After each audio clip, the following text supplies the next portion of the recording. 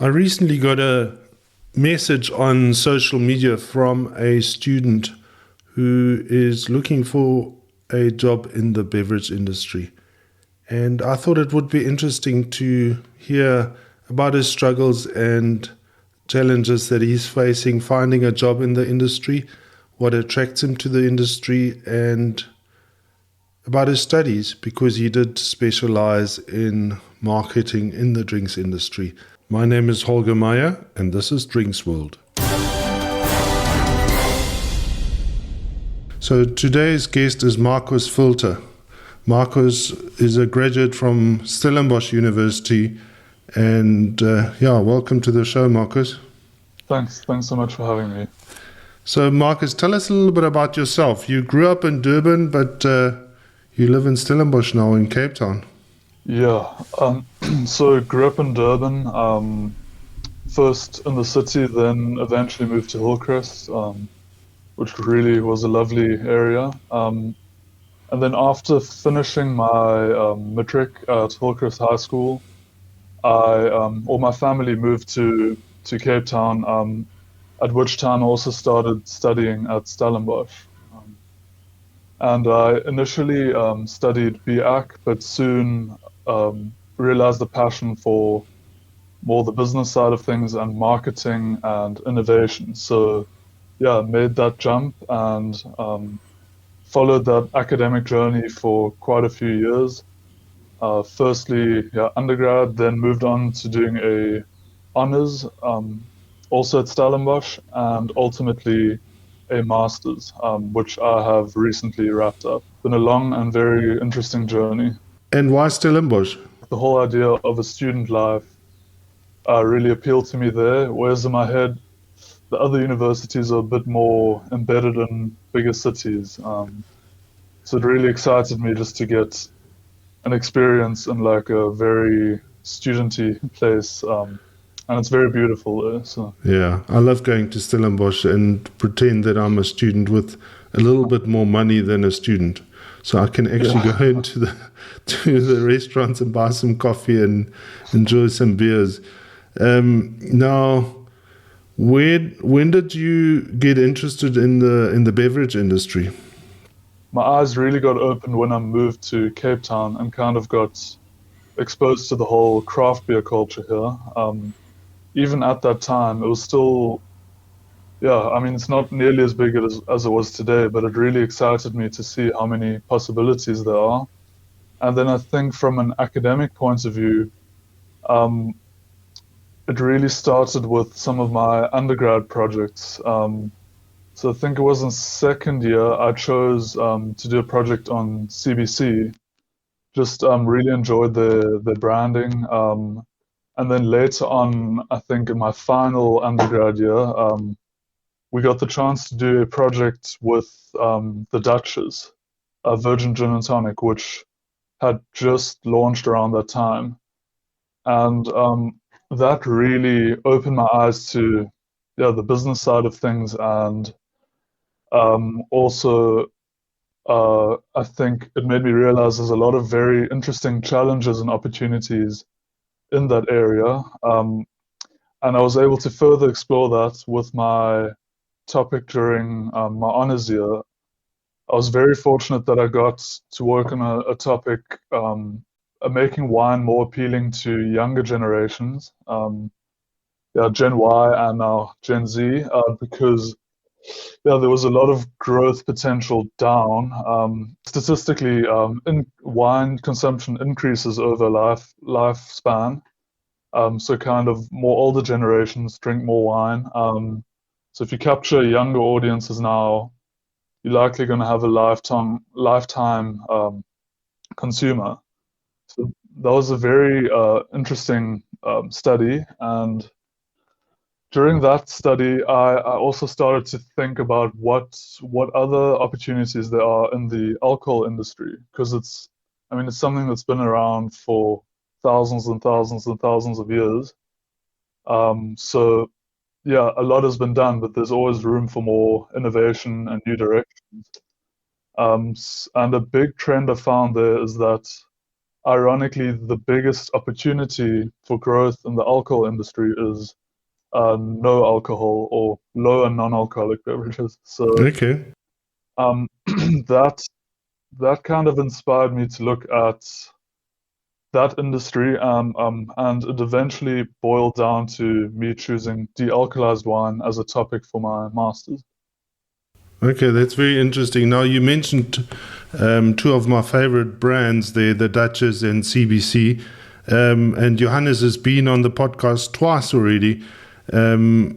Interestingly, he contacted me when he launched the brand because he previously had launched a brand called Brannas, which was a brandy and Coke ready to drink on tap offering. And when he launched the Duchess, he didn't really know the route to market for retail. So I assisted him in launching that brand into the retail trade. That was a really good project, and I must say I'm really proud to be even slightly associated with the brand because they've done fantastically. Yeah, and they were also one of the earliest before a lot of people jumped on the bandwagon. So yeah, it's so hard to get original ideas like that, and but it's also so easy for established companies to copy ideas like that.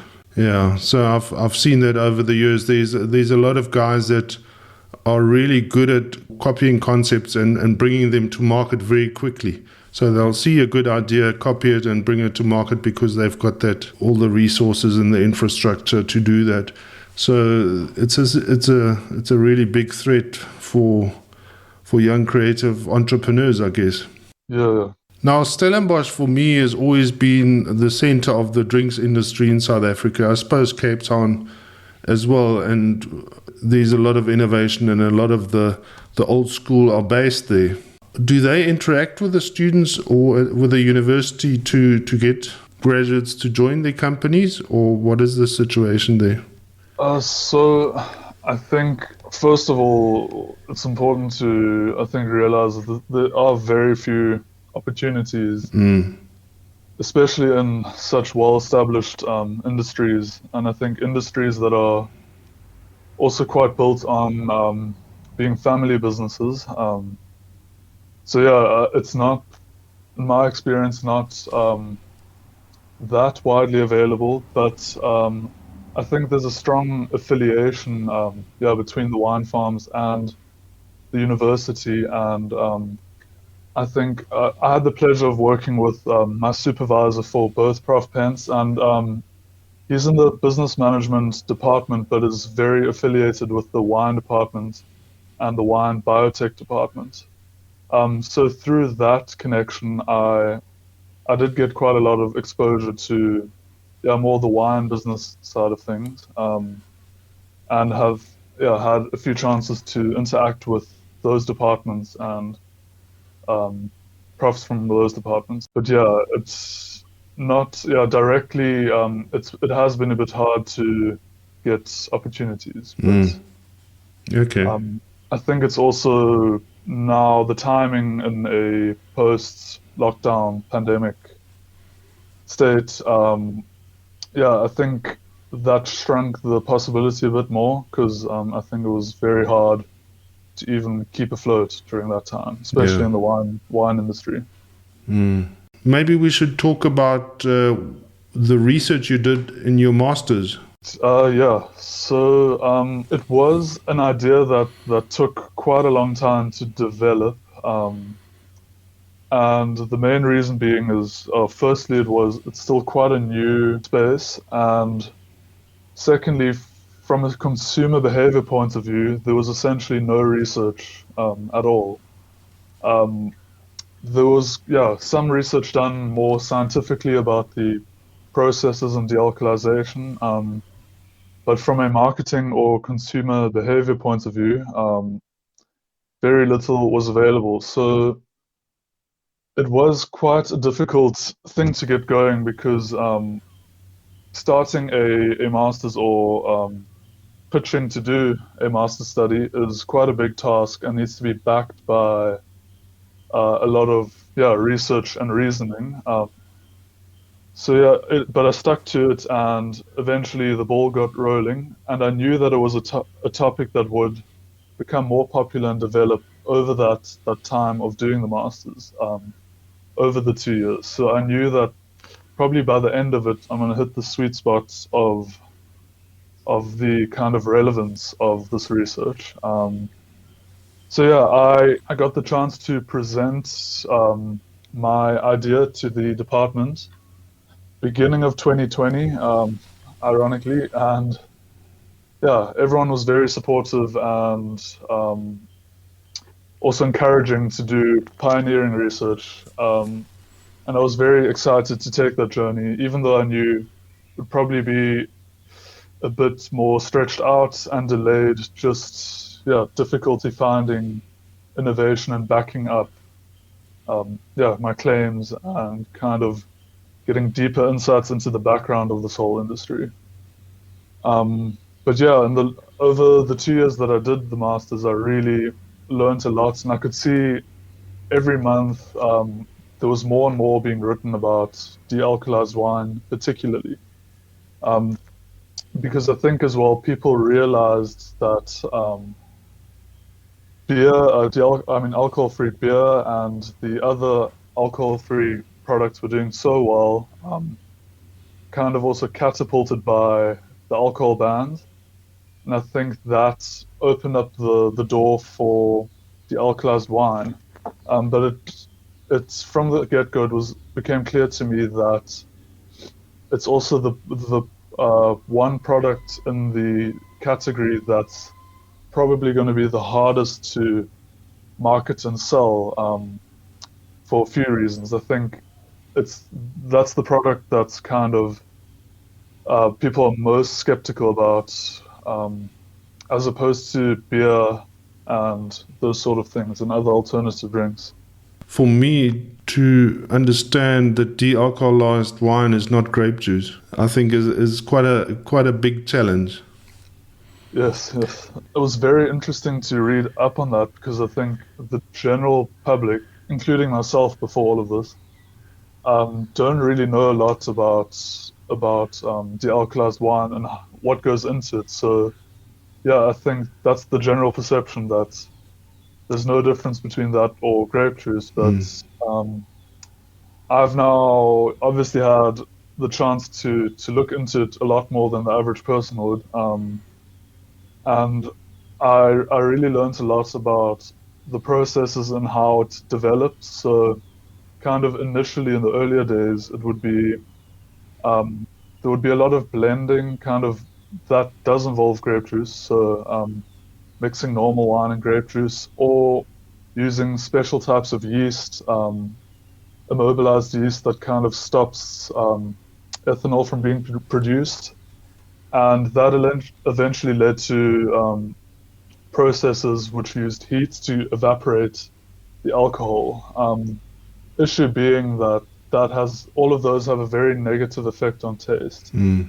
which I think formed like the initial perceptions of the alkalized wine.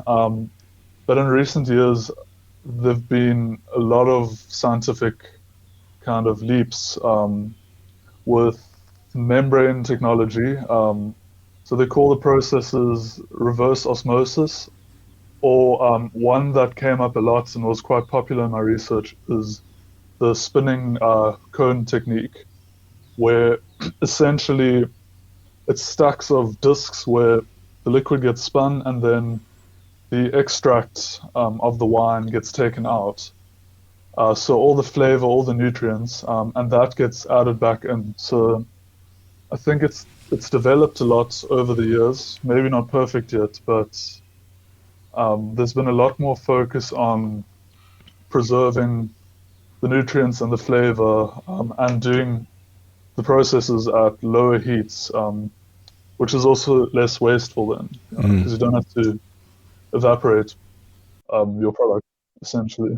I was exposed or first exposed to the industry about 20 years ago when I was working with Bavaria breweries, and we launched a product called Bavaria Point 5, and that was something to do about where they stopped the brewing process. So it was very sweet. There was still a lot of sugars in the beer, which hadn't fermented. And I think it was the first very low alcohol or non-alcoholic beer that was, it's not correct, but it was the first one that I worked with. There was, when I was at school, there was a product by SAB, and that was called Barbican. They launched a non-alcoholic beer when I was at school, so that's in the mid 80s. But yeah, this Bavaria 0.5 was interesting, and they obviously copied a concept from Germany where they have these high sugar content beers, which they then promoted as after sports drinking isotonic drinks for the sportsmen, you know. I don't know if they were so good for us general people because they had so much sugar in it. But yeah, I was exposed to that very early on. Markus, when in my work with the growing categories within bottle stores, I started picking up the non-alcoholic spirits coming in. The first one I found was in the States, and there was somebody importing it, and they had a whole range of non-alcoholic spirits, but very expensive. So it was, and the guy that brought them in had, I think, religious reasons for not drinking. So he was prepared to pay whatever it costs to still have a brandy and coke or a rum and coke and be part of the social scene but not drink.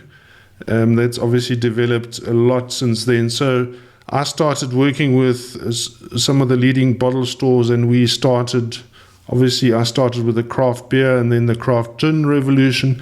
And when these non-alcoholic spirits came out, I started with those, building categories. We added non-alcoholic beers, obviously, and then the first wines came in as well. But the response wasn't fantastic. And I think somebody at SAB once said, if we come up with a product, we've done our research, we know it will sell, we'll grow the category, and then the others can follow. So don't be upset if we as SAB get into a category, because the whole category will grow. And I think that happened with the non-alcoholic beers. Certainly when Castle Zero or Castle Free was launched and Heineken Zero, the whole category grew. And then Savannah came. I think Savannah was also a fantastic product. And obviously the timing of the lockdowns catapulted this whole category. But my impression was that after the lockdowns, it pretty much collapsed again.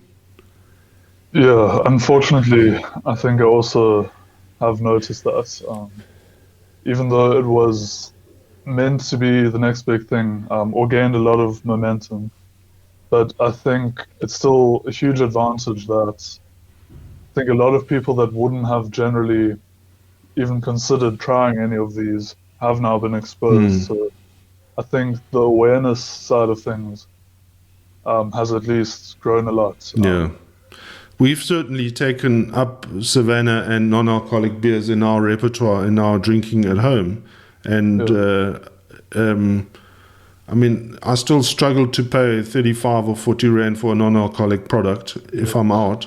One is more price sensitive, I think, to non-alcoholic products than the alcoholic product. Okay, I interrupted you, and I'm not sure if you finished with your story about your master's degree. I really wanted to take an approach that isn't too, I guess, airy-fairy and heavily academic, where the outcome is that only academics read it and doesn't really have an impact. So I wanted to take the approach of making things that the endpoint is as simple and as practical as possible.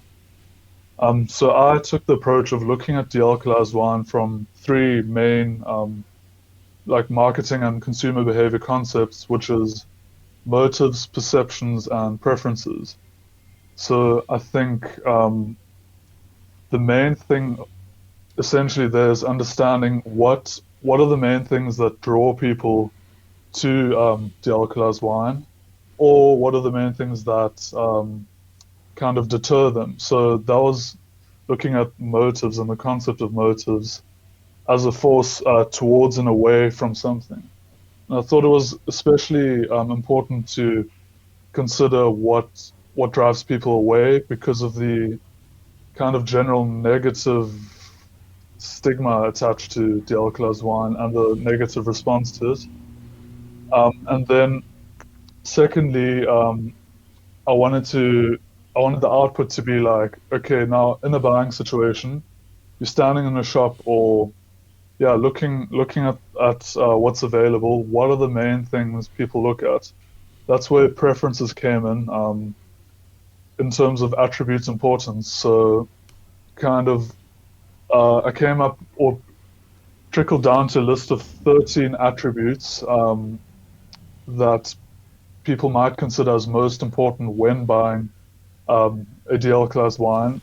And these are both intrinsic and extrinsic things like taste, price, the labels, the medal award, the brand name, kind of the label, all of that stuff. And lastly, I just wanted to address the perceptions because I think there were a lot of mainly negative perceptions about it, and I just wanted to explore that further. And also, I mean, things like non-alcoholic drinks being more feminine or them being overpriced or them being poor quality. So those are the sort of things that I looked at.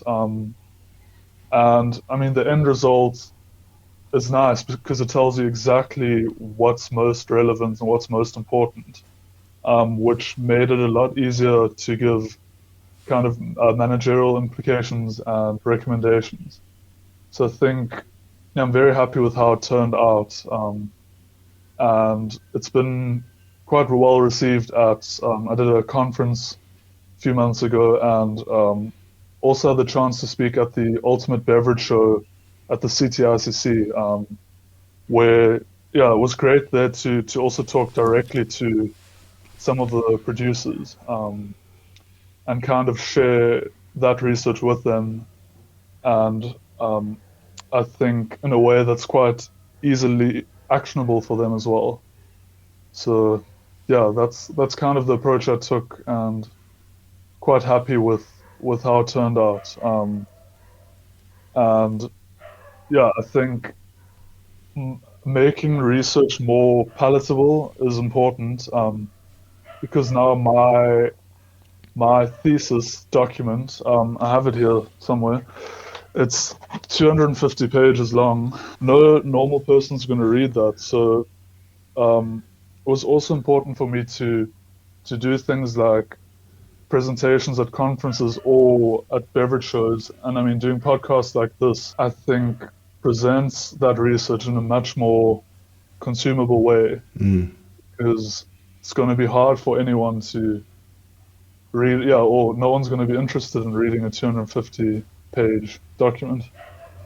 So yeah, that's been my approach. And I've recently also written a journal article for the British Food Journal, which was one of my main sources throughout my research. And I think that's also a good way to share the research in a more condensed, straightforward way instead of, yeah, an exploded document like that. Are those available to read somewhere? Can we put links in the show notes?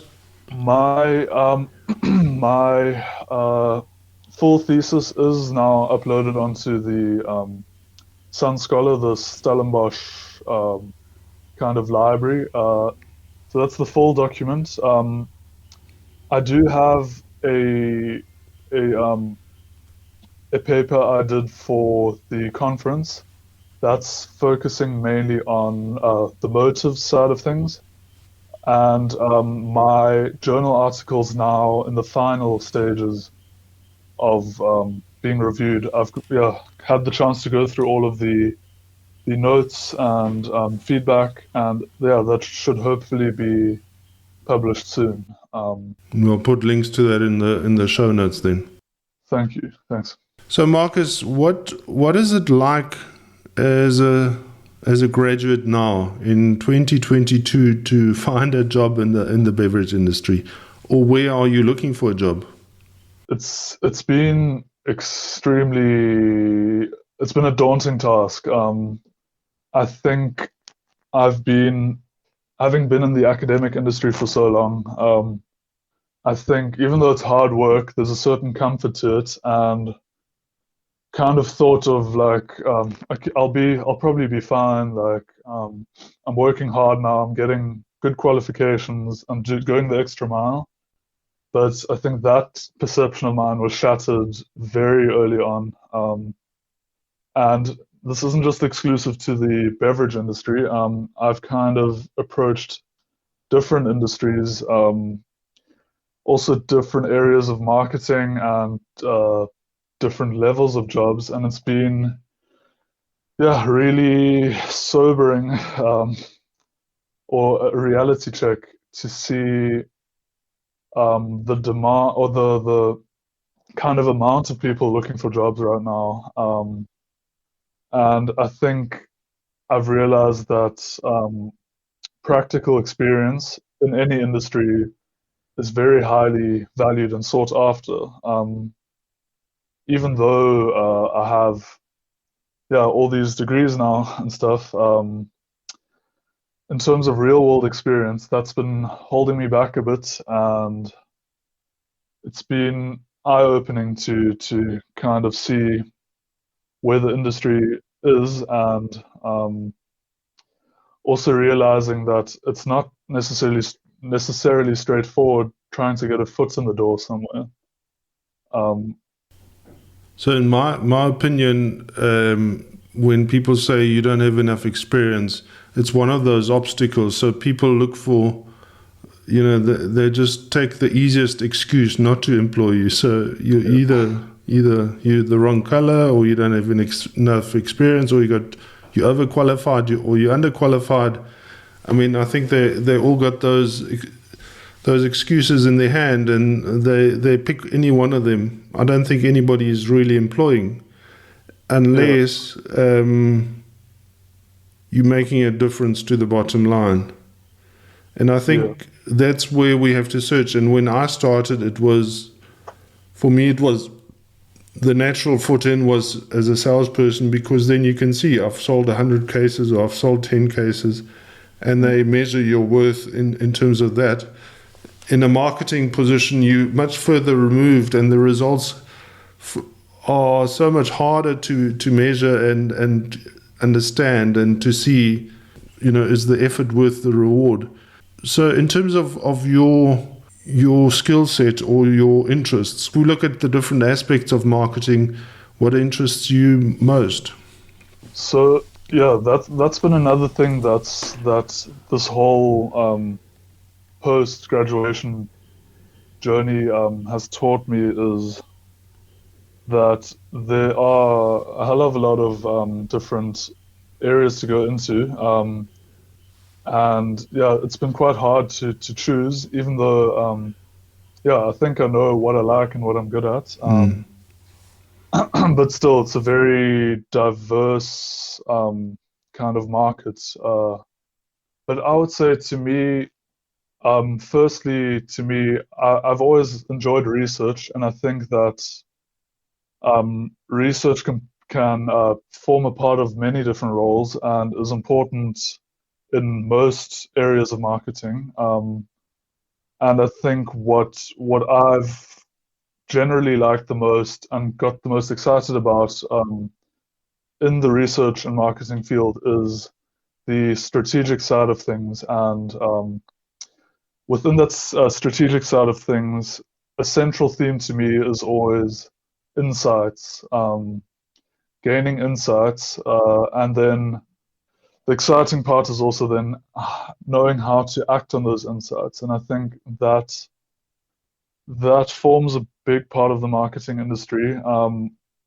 whether it's brand development or advertising or anything really. I think it's important to always have insights and gather information and research, and not just shoot into the dark, because I think these days everything is quite hyperly personalized and needs to be up to date and on top of things. So I would say that strategic kind of direction and the insights direction has excited me. And yeah, I think as well, I've come across quite a lot of jobs more into the direction of digital marketing this past few months, and it's also made me realize that that is something that also forms part of a lot of different areas of marketing or marketing jobs, is being aware of how things have changed and how reaching consumers has changed quite a lot. So it's kind of reignited my interest in the digital side of things. Because I also, doing my master's, I had the chance to do a course at UCT in digital marketing. So yeah, I think that that's an area that also interests me, and I think is important skills to have regardless of which area you work or which industries. Again, I think that is probably much easier to measure. So if if you spend X amount of rands, you can immediately see the returns. And again, it's an easier job to get because it's measurable. Markus, just before we carry on, can you just talk a little bit about the extra courses you did? You did some stuff was it in Holland or in Belgium? In Belgium, yeah.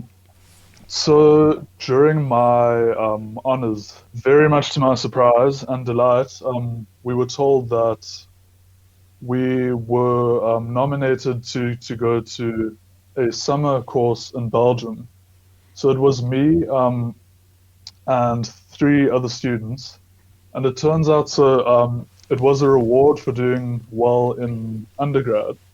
And I wasn't aware of this at the time, but I was the highest achieving marketing student in undergrad, and they did the same then for finance and innovation and strategy, I believe. So there were 4 of us that basically got told, like, well done. Here's a trip to Belgium to go to Leuven and do a course. They covered everything, and so it was unexpected, but that course ended up being probably the best time of my life, and it was extremely eye-opening. I mean, yes, in the academic sense, I learned a lot about European business, doing business in Europe, and kind of laws there, and also, I think learned a lot about the whole startup scene and kind of the innovation happening in Belgium and surrounding. But what stood out for me more was the cultural experience there. And I think that was also an experience that lit my interest in the beverage industry even more, because I think there's no country like Belgium with such a rich history and so many different beers, especially all the Trappist beers, and also kind of the how long all of these breweries have been around. So where we stayed was in Leuven, which is where the Stella Artois brewery is since, the 1200s or 1300s. So it was incredible seeing all the beer culture and beer history in that country. And that really, really inspired me. Well, it still does, and I've been aching to go back ever since. But so because that experience was so positive, I was very keen to apply to do something like that again during my masters. And I must say, Stellenbosch University supplies a lot of opportunities if you seek them out and if you're willing to go through the process. So I was very excited then to continue my courses and international journey as well during my master's. And I was set to go to the Burgundy School of Business in France for a few months as part of my master's, which would have been extremely amazing. But that's when COVID hit as well. There were a few changes and delays, and then obviously ultimately wasn't possible. But I continued to apply for more courses and exchanges, and I think after about 3 cancellations, they decided to kind of reevaluate the whole summer school thing, and only had very few on offer. But I decided to still go for it. Still wanted to learn more, be exposed to kind of more cultures, and work with a diverse international crowd. And eventually, it ended up. I ended up in a course at VU Amsterdam, and that was really, really helpful. And I think it's been helpful now as well, because that course was a lot about transitioning from academics to the real world.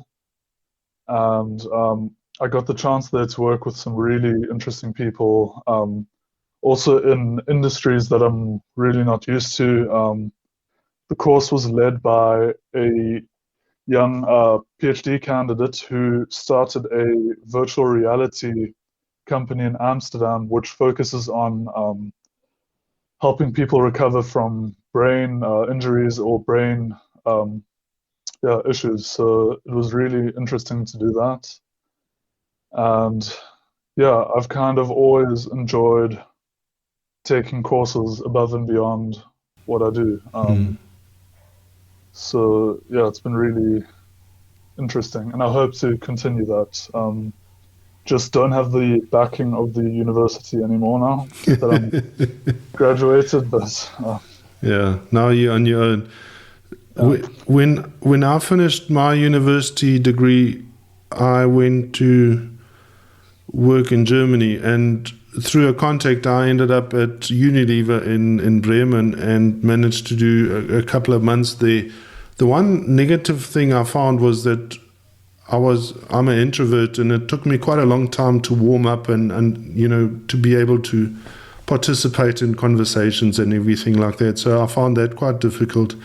But the experience of working abroad is obviously wonderful, and I think if you are interested to stay in the beverage industry, I read somewhere that Germany is looking for 50,000 people to work in the beverage industry. Now, I don't know how many of those are marketing positions. I did an interview with a guy who owns a distillery in Hamburg, which is a fantastic brand, and it's a young startup, or they're employing interns all the time. And I think that would be a wonderful opportunity, something like that. They obviously all are selling their products online. Germany doesn't have a liquor industry like we do. They can sell their products anywhere. So you don't have those restrictions, and they've got a wonderful story how they launched their gin brand in boutique stores only. So they didn't sell it in the traditional channels. They just went to boutique stores where a pair of jeans costs 1,000 rand and the gin is 400 rand or whatever. I think there's and especially because you can speak German, I think there's a lot of opportunity to work in countries like that, or at least kickstart your career. If you want to be in South Africa, I think the chances of finding a corporate job are very slim, and I think you have to look at ways where you can create a service where you can have a number of clients and create a little business. And there we obviously spoke about this, and again, I think the opportunity is in the online space, working with and understanding how people like Takealot and Amazon operate, and really becoming a specialist in that, And all these brands that focus on making the stuff don't necessarily understand how to sell, especially on those platforms. And I think that's a big opportunity. But one brand is probably not going to be able to afford you, so you'd have to get a whole portfolio of clients.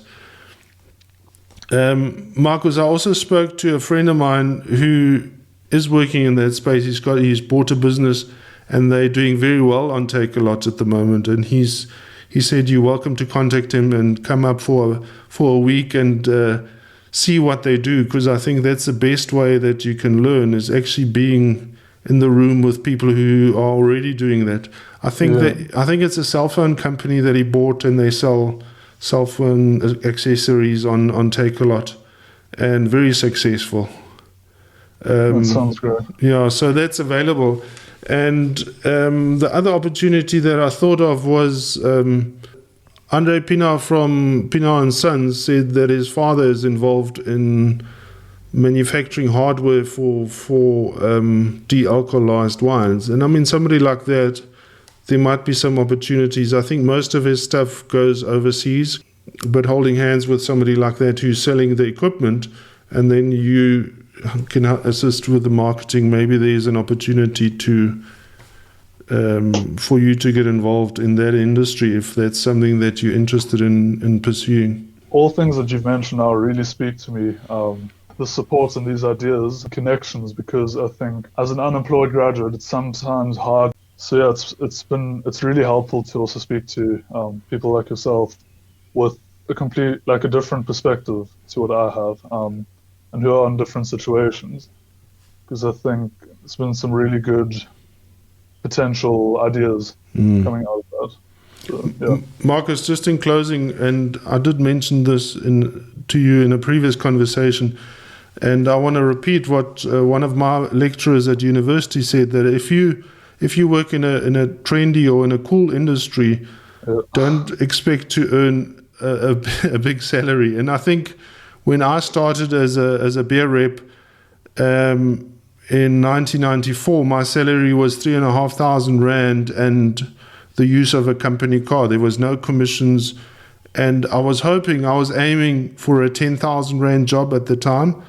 But with 3,500 Rand, I could live, I could pay rent. I think my first apartment was 350 Rand, and that was in Morningside in Durban. So that was quite an acceptable apartment. So just to put things in perspective. And I cringe when I see online people advertising reps jobs, and they're still offering 3,500 Rand. So it is very difficult. But I'm more than happy to continue this conversation, and we can meet up again and see if you need help. And if you need to connect with people, I'm more than happy to do that. Yeah, that would be amazing. Thank you. But I think you should. My gut feeling is you should look outside of the country. Companies are desperate for people in Europe. You're definitely right, and it's been a lot of people in the different areas I've looked in as well, saying extend your search, especially at the beginning of your career. Yeah, again, I think if you can find a niche and you can specialize in that and you can make a living here, it's a wonderful place to work. But it's really hard to find a formal employment. Yeah. I've noticed. I don't need to tell you that. Markus, thanks so much for joining us. And Markus Filter is a marketing graduate from the University of Stellenbosch. He's based in Cape Town, and he is looking for a job in the marketing space. And thank you very much for joining us. Thanks so much. It was really great to chat. Markus, before you go, I just need to mention that later this week I've got an interview with David Gluckman. And David is a veteran innovator in the drinks industry. David left South Africa in the 60s and moved to London. And his he's got a number of products that he created, and the one that everybody knows is he was the guy that created the Irish cream category with Bailey's Irish Cream. And his book is called That Shit Will Never Sell, because that's the response he got from when he came up with his proposal. The book is now available on Amazon. You can download it as a Kindle book. I asked him, he wanted me to promote his book, but I said, unless it's an ebook, we can't do it in South Africa. It'll be just too expensive. So That Shit Will Never Sell. An interesting book about innovation in the beverage industry. I'll definitely give it a read. Thank you so much for joining us in this episode today. That was Markus Filter, a master's graduate from the University of Stellenbosch. My name is Holger Meyer, and this is Drinks World.